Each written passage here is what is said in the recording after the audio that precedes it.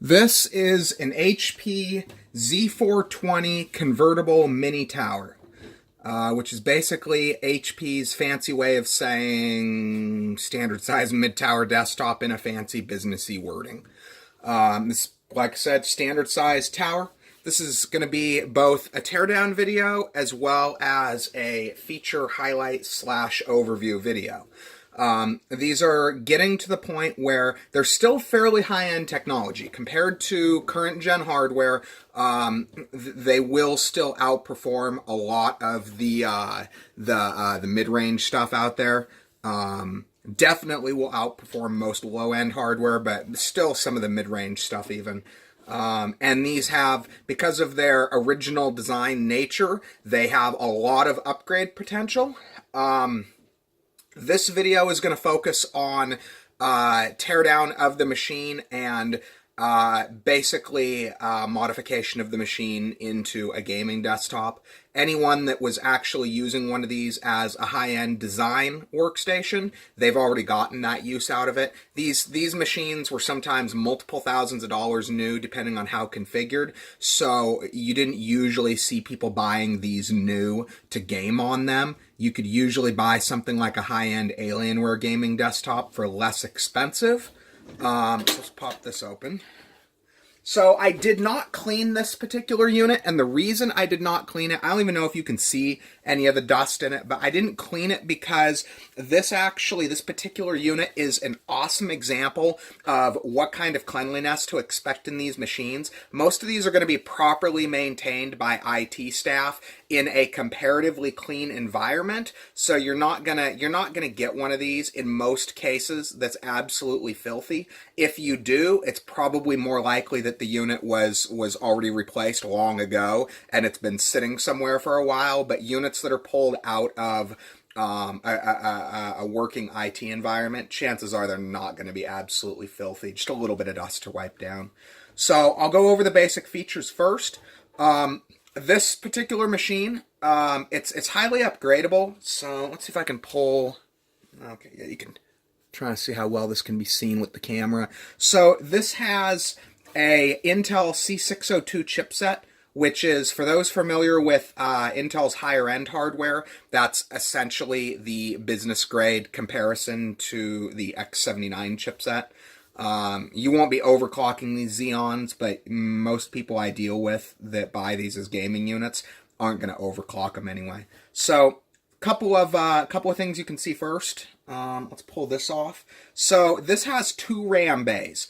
So Intel's higher end platforms are now quad channel RAM. I don't know if I think the current one still is, but this and the generation after it were quad channel RAM. So you do have 2 banks of RAM. You've got a primary one here that you can, I guess it's not the primary, but you've got 2 of them, and you can see this one. For some reason, HP saw fit to put a memory fan over the secondary RAM bank, which it's kind of a little hinky to get off. It takes a couple of times to do it right, but it's got this little green tab right here, that right there. You press that way, out, and then you pull it off. Usually you have to kind of wiggle it back and forth a little bit for whatever reason. So let's pull that out. Most of these units that you encounter are going to have 16 gigs of RAM in them. If they are configured how they were originally configured from HP, I have never seen one without 16 gigs.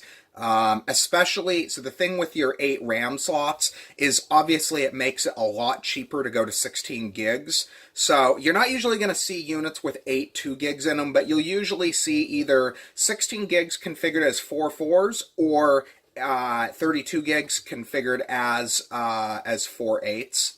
I don't think you'll usually see 32 configured as 8 4s. That's not usually how they do it in these.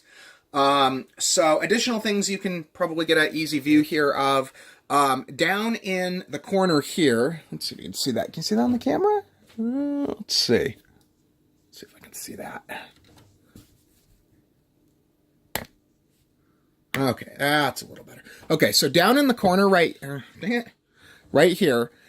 you've got 2 sets total of, 3 sets of SATA. So it's kind of interesting. This So the C602 has the ability to easily host on most of these boards 10 SATA ports, just like X79. But the interesting thing is that this board that HP made, it's obviously a standard C602 board, but the case doesn't actually support, unless you get creative. You could certainly do it if you got creative, but the case doesn't actually support by default 10 SATA devices. It supports 3 hard drives right here and up to 3 more 5.25 devices, which are usually CD-ROMs, but in most cases, since no one's really using CD-ROMs for the most part anymore, you can obviously easily get adapters to put 2.5s in the bays.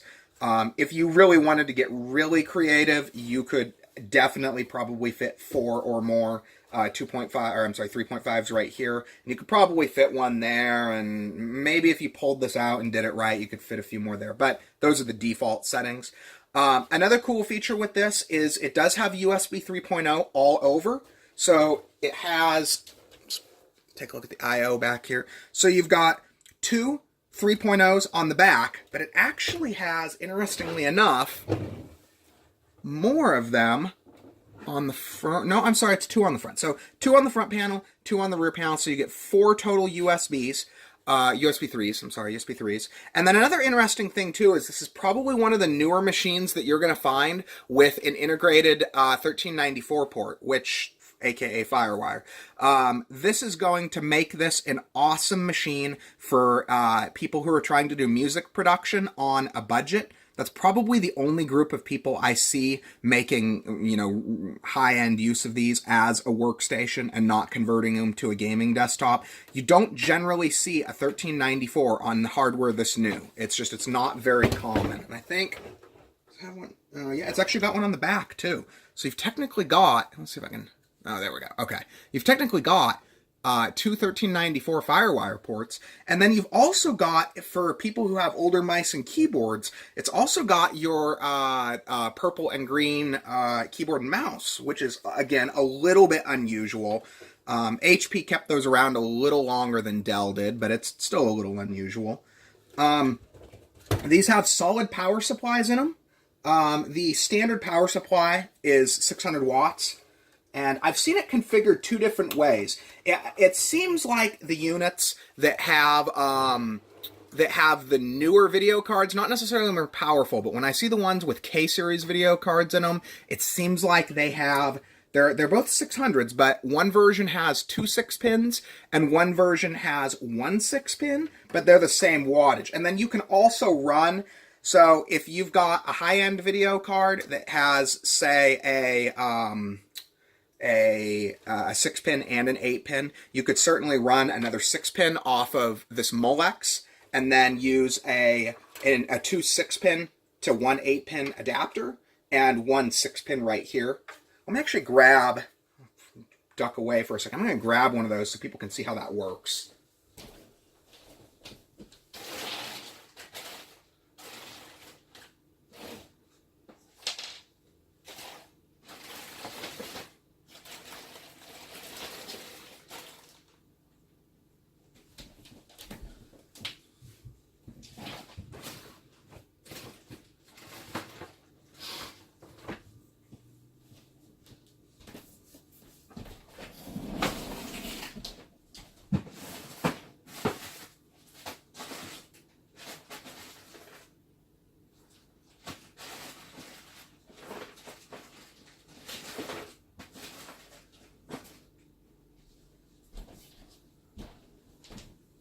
Okay, I thought I had one of those sitting there handy, but it looks like I don't. But the way it works is it has 2 female 6-pins, and it comes out to a single 8-pin, which most newer video cards, so the 10 series cards, the 1070 and 1080, those use a single 8-pin. So those can natively power off this power supply. This power supply already supports that with one minor adapter.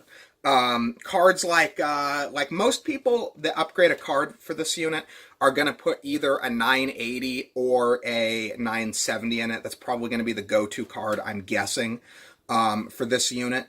And those, I know the 970s are usually, for most 970s, it's usually 2 6-pins. And I think most 980s I've seen are also usually two 6-pins, with some higher end versions using a 6 and an 8 configuration.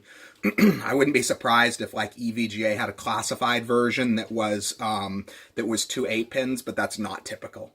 So another thing that you should be able to see here, so let me show another how-to here. So to pull the video card out of this machine, there's two tabs. This one here, you push it down and out, so like that. And that one, same thing, down and out.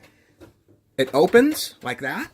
And then the video card lifts right out. So it comes right out. This particular video card is a Quadro K2000.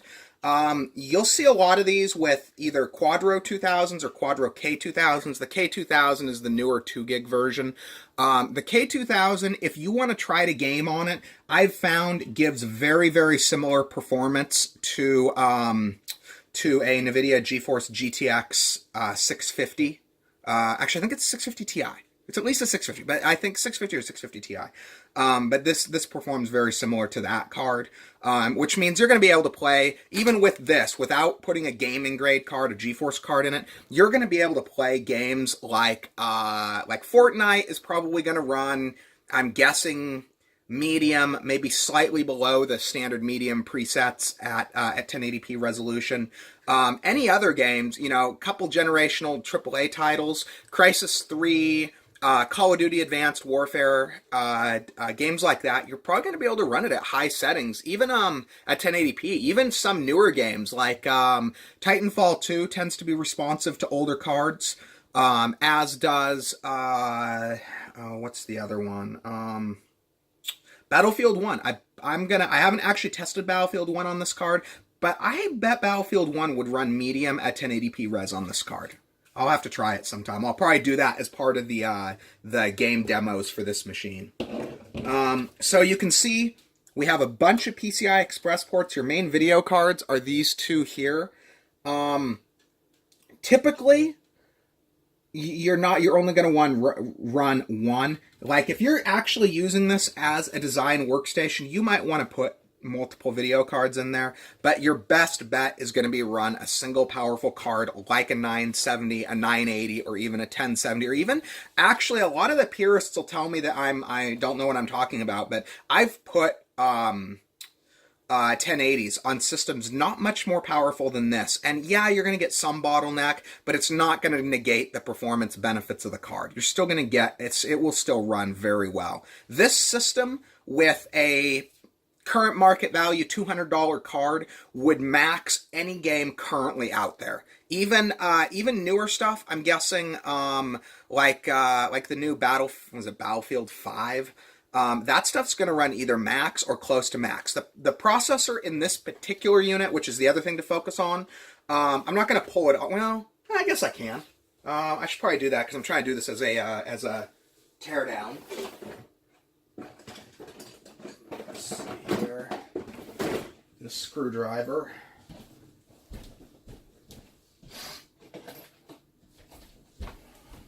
So most people are not going to need to upgrade the chip on this. The standard, they have a chip or two that's lower end, but what I've been seeing fairly standard on these units is the 4-core, 3.6 gigahertz Xeon E5 1620, which compares directly to the i7 3820, which isn't an insanely powerful chip by modern standards, but it is fast enough that your better upgrade path for most games and most gaming purposes is going to be the video card. You can certainly buy a better chip, and this actually supports up to, I believe, an 8-core 3.1 gigahertz Xeon, which I don't know exactly which i7 it compares to, but it's going to compare to one of the higher end, like i7 Extreme Edition chips. But again, for most buyers, that unless you find one super cheap, that's going to be a waste of your money. Your best bet is to upgrade your video card. So to pull off the CPU heatsink, so the way this works, these, when you look closely at them, they're, oops, I'm pouring around here. The actual screw is a kind of a funky star pattern, but it also has a flathead notch in it. And it's kind of unusual. The fan of the unit kind of sits off to the side here, but the actual unit itself comes off this way.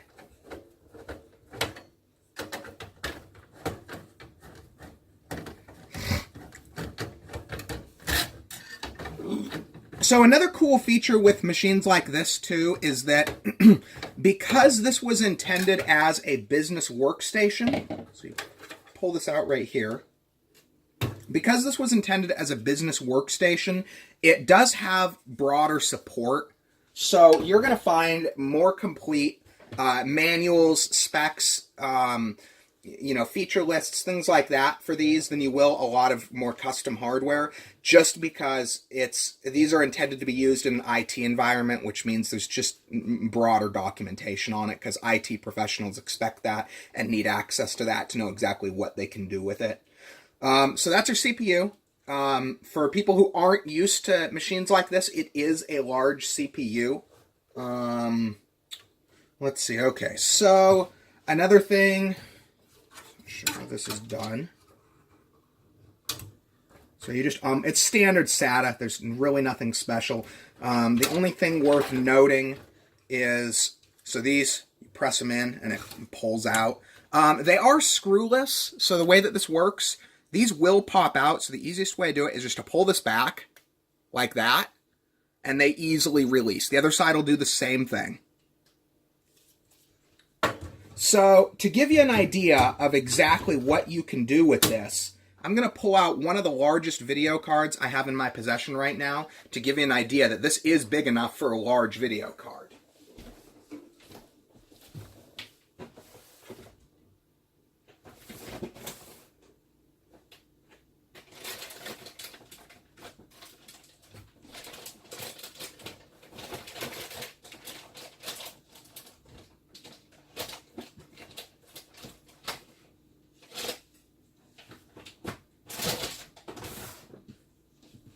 So this is not the largest, but it's one of the larger cards I have worked with.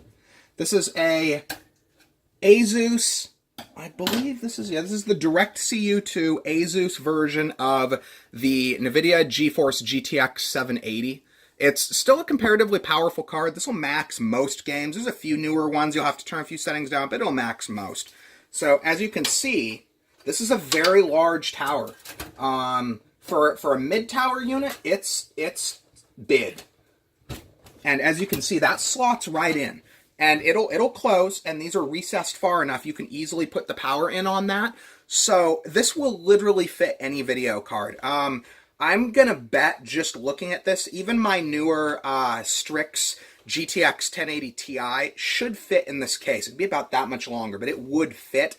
And it would power. Most of the newer cards are actually, they're a single 8-pin, so they're actually more power efficient. I'm trying to think what else. Oh, one thing to be aware of with these machines, it's not a big deal because they do ship by default with very capable power supplies, but it is worth noting that the default, the way this is set up is with a proprietary power supply. It's a 600 watt. And I've checked. They're readily available through online retailers, Amazon, eBay, what have you, for about the same price as any standard 600 watt new power supply would be, which is about $50. Obviously, same as a low end $650 in store, maybe a little less actually. Because it already has, if this were one of those units that only had, say like one of those crappy 290 watt units, this would not be suitable for this application. But because this is already set up with normally 2 6-pins, it is a sufficient power supply, and you're not going to get bogged down by your power supply. Your power supply will not bottleneck what you can do with it. I think that's everything with this model. Again, I don't believe there's any, to the best of my knowledge, I don't believe there's any video card limitations with this. The processor upgrade options are up to a maximum 3.1 gigahertz 8-core, which is probably more than what most people buying a machine in this price range are going to be paying. And then it will support up to 64 gigs of RAM in an 8x8 configuration. And as far as pricing on these is concerned, I mean, if you can get them wholesale, you can pay anywhere from, units that aren't ready to go, especially because most people are going to want this with an SSD or at least a bigger drive. Like, I'm probably going to configure them with a 500 gig boot drive and a 1 terabyte hard drive, just because these are, when I build them, they're supposed to be value gaming desktops. And my value gaming desktops, I try to avoid things people don't actually need. Yes, I know some people think they need an SSD, but in most cases, an SSD will provide very little benefit to your game after your game is actually running. It'll be some, I'm not going to say there's none, but I feel like the better bang for the buck, if I'm gonna have to meet a certain price range on the machine, is a video card upgrade. I will always go for gaming machines. I will always go for a video card upgrade before just about anything else. But configured the way I'm gonna sell them, I'm probably gonna price them between $375 and $450. At that price, once I put a high-end video card, say a GTX 970 in them, because obviously I don't pay market prices for the parts. I mean, I couldn't make money if I did that. But at what market price is for a 970, one of these units priced at between $4 and $450 would be a fair deal, and it would be more computer than the buyer is going to get under most circumstances. I mean, if you're a buyer and you know where to hunt down these parts, you can always get a better deal than I'm going to be able to build a machine for. I mean, I put 8 hours per machine into my machines. I really do. I mean, by the time I'm done testing them, each individual machine, I don't clone my machines or anything like that. They're individual build units. So even though I have 3 of these identical boxes, they're going to be individually built units. But aside from if you know how to hunt down every little part yourself, $4 to $450 is about fair with a high-end video card. If they don't have a high-end video card, I mean, expect to pay $150, $200 less, because that high-end video card is going to be, half the value of the machine, which is really quite amazing, because, I mean, this will perform, I'm going to say for most games, you wouldn't see a lot of performance difference between this and, say, like a newer i7 4770.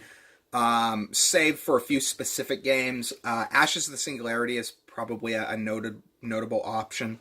But most games, it wouldn't be a big enough bang for your buck to justify it. My goal with these, and what I like these for, is they give you the most capability out of the box, right, get to go, at the lowest possible price. And at a price, I mean, you couldn't, an X79, anyone who looks on eBay is going to find high-end X79 board, chip, and RAM combos. X79 board, 16 gigs of RAM, and and even like a low end i7 3820. You're going to be paying, in most cases, I mean, I don't think I've seen one go for less than $3. And if it's a nice board, like, what is it, the P9X79 Deluxe or whatever the Asus sells, I mean, you're going to end up paying $200 just for the board. And the interesting thing to note about those boards is that this is generally going to be a more reliable board. It's not necessarily more capable. Typically, those high-end consumer boards are on the bleeding edge, but these are going to be more reliable. This is less likely to break than, because it's a mission-critical system. So this is designed to be used in an application where the machine needs to not break. Like, somebody's going to lose thousands of dollars if it breaks, whereas if your gaming machine breaks, yeah, it sucks, but you're probably not going to lose thousands of dollars in most cases.